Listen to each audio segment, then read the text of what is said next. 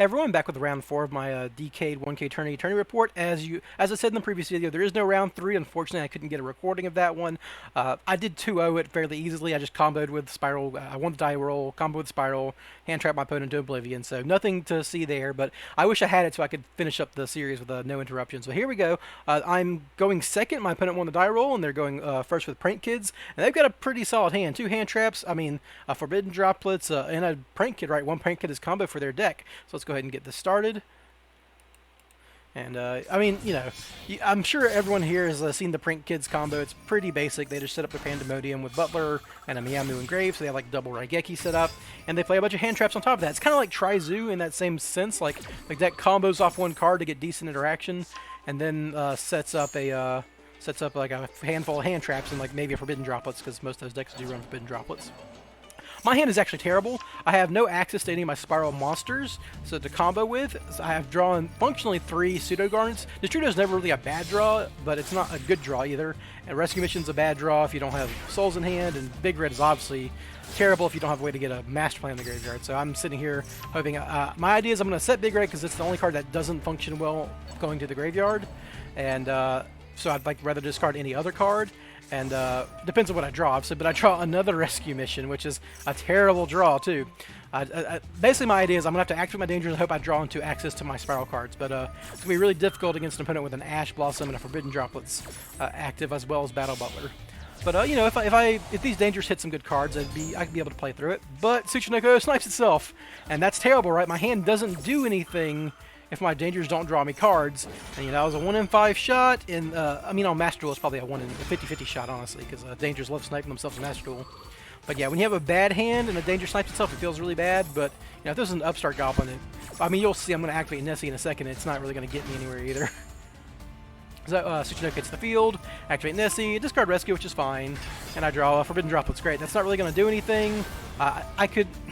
If I had started my hand with that Forbidden Droplets, I could have Droplets my opponent's Butler, and that would have been fine, and then I could combo off. But, my opponent would have Droplets for me, which would probably stop me, and maybe an Ash Blossom. So, yeah, at this point, I'm just dead. I could have sent one of my monsters to the graveyard there to use Droplets on the Battle Butler once I had drawn it. But the problem with that was I needed all 3 monsters to OTK.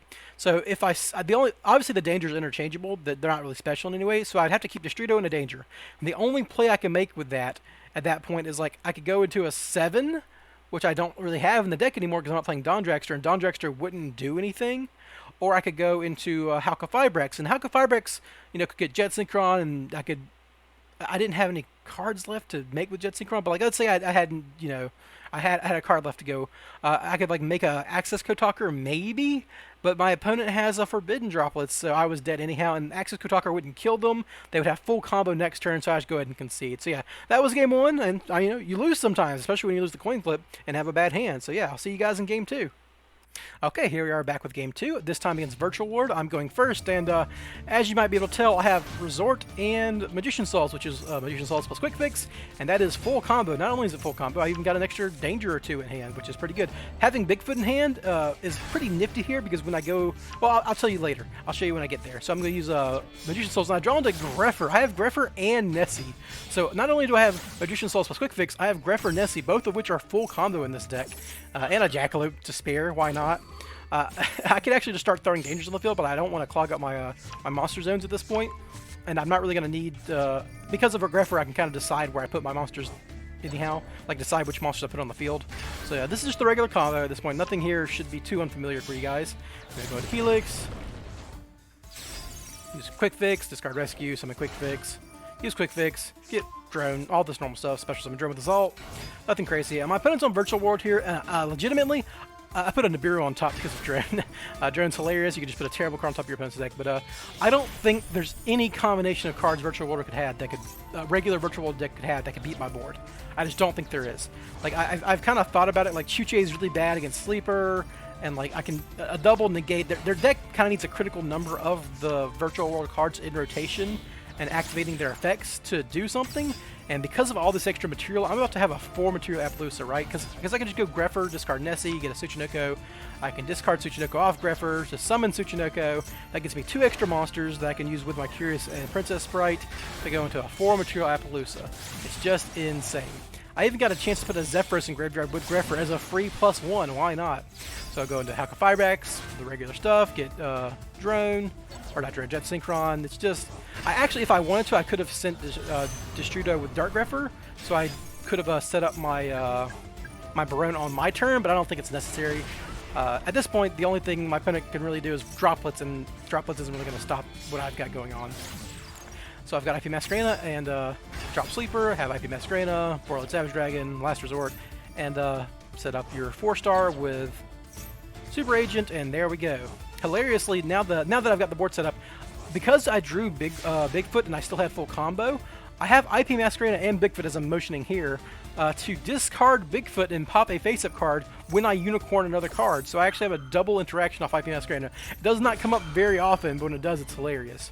So I'm actually going to lead off by Borlow Dragoning their Kinglong, because it's a spell card and I just want to get rid of it. I don't want to use up my Sleeper, and that's going to give me the prompt I need to go into Digital-Locust plus the Agent for Barone.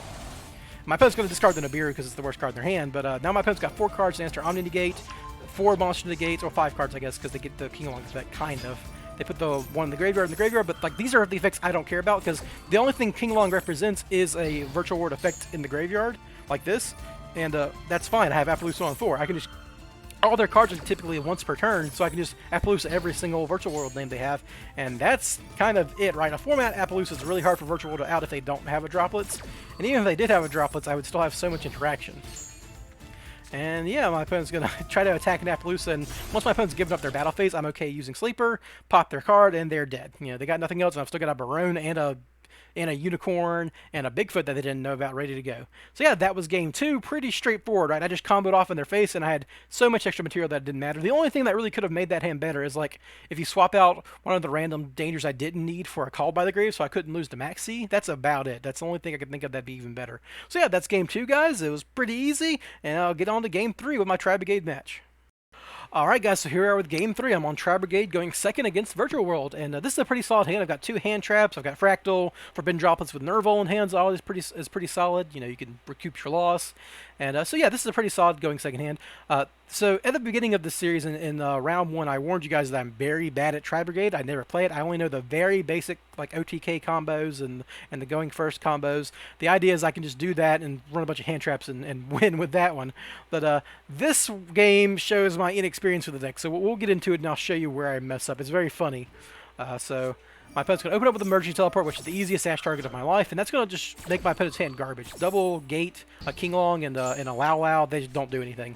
They're going to play Lao Lao, which then lets them summon play the Kinglong, which lets them summon Lao Lao, but it doesn't really do anything from there. So I'm going to open up with Fractal. My opponent has Ash, which is really good. I mean, that stops my play, more or less. You know, I can't really make any Link plays with only one Tri-type in the graveyard. So I'm going to normal summon my Whiptail, which was a really great draw for the turn. Lets me go to Tiger Mortar and then a Trident. So I can Trident pop the Kinglong, which might have been wrong, but I just wanted them to not have a gate on the field, and then I can attack their Lao Lao with Trident to banish it without losing material, and then I can just go into a Zeus. So yeah, putting the Kinglong in graveyard is questionable, but I just wanted them to have one less gate, and I didn't know they had another one in hand, so I'm going to set the Droplets just in case something happens to my Zeus, so they're running Kaijus or something. But yeah, they just pass the turn, I Pot of Desires, and I go into Kit activate on normal summon, and they're going to Gamma it, and that's enough to stop me for the turn. Right, I've already used my normal summon, I don't have any special summons, so here we go. So they pop my Kit, well, that will activate my Kit effect, and I can go to Kyrus, but, and here's where I mess up horrendously. As you can see me motioning here in the recording, I sent Kyrus off Kit. I obviously meant to send Nerval, and then Nerval search Kyrus, and I just like skipped past the part where I sent Nerval. For some reason in my head, I thought, oh, I had the Nerval in hand, I could just use that to go do whatever, I don't know. So I just have a freaking Kyrus in graveyard for no reason. A completely ridiculous play from me. So I just attack out of spite. You know, I actually really shouldn't attack the driver, but it doesn't really do anything. And then it turns on another gamma, I guess. So they just passed the turn again, really, after setting up the graveyard. So here is my second terrible play. So I go into Nerval, which summons Bearbrim. This is all right. Use Bearbrim to summon the Tri-brigade. And at this point, I can make Axis Code Talker right here. I can just go Kit plus Rugal into Axis Code Talker, and that's game. So I actually get my free Nerval effect. Of course, I'm going to chain block my Nerval effect with my Bearbrim effect. Wait a second. If you use this Bearbrim effect, you can't special summon except Tri-brigades for the rest of the turn. Well, I'm a freaking idiot. Why did I do that? I stopped myself from killing them. I can't. There's no Tri-brigade monster I could summon off Kit now. That would be lethal. So I'm the dumbest man alive. So I attack with Zeus and I attack with Rugal. I still got 2 Zeus activations, but this is just me being so stupid. They're going to open up with a gate. I don't want them to have any. I'm just going to clear that, and they're going to get another gate. I'm going to clear that. So like this is going to force double Zeus activation. So because of that, I'm going to go ahead and get Nerval to get my Nerval activation for the turn. Off of Rugal summoning it. Now I can use Kit. Kit's going to send a Tri-brigade Revolt because I don't want to draw another Revolt. And I've got no other cards to send. They're going to Chuche, obviously. I'm going to Zeus that to keep my Zeus alive. Send my Nerval, get my effect. And my opponent's only got functionally 3 because they have the one in Graveyard. 3 Virtual World names, and that's not really going to be enough. They told me they messed up here, in that they could have gone into VFD and stalled, but as you can see, they conceded. Their life points just, hit 0. That's the game.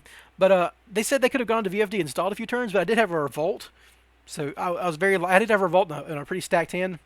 So I was very likely to be able to play through that. Like they would have stalled for 2 turns of VFD, which maybe would have been enough, but who knows, right? They could have gone to Zeus with the VFD too. So that was game 3, and it was a hilarious gameplay where I misplayed a lot. Thankfully, it didn't mean much at the end of the day because I was already undefeated in Swiss. So even if I lost this game, I was likely to make the top 32 regardless. And this is the last game of Swiss. So if I'm gonna mess up, I might as well be in the game that doesn't matter, and I still win. So play badly, get rewarded.